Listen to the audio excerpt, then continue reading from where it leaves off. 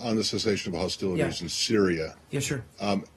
Are you aware of any violations of it since the incident?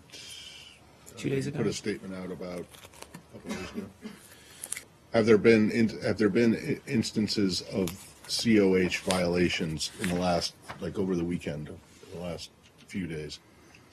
I think we did see some reports over the weekend about some additional fighting between opposition and regime forces.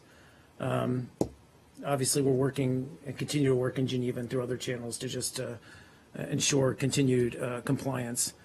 So we're obviously concerned by those recent clashes. To the best of your knowledge, has the task force in Geneva actually confirmed a single violation of this cessation of hostilities?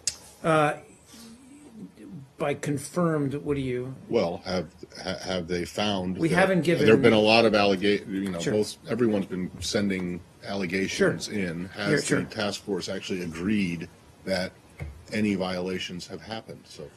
I think so. I believe that's the case. I mean, we haven't obviously issued a scorecard or anything like that. What we have seen is that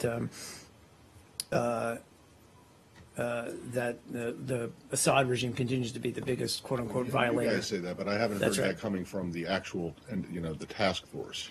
And I'm not aware that You the and task Russia. force is going to necessarily. I mean, what the task force does is within the various parties vet these and try to address them by going back to the involved parties on the ground and try to mitigate or So there has been have no them consequence. de-escalate. So there has been no consequence for any of the what you believe to be violations of the agreement so far.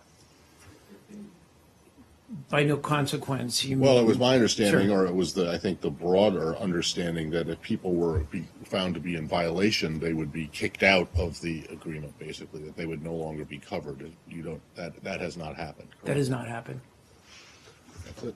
Yeah, go ahead, James. Thanks. Welcome. Thanks. Nice to be back with you.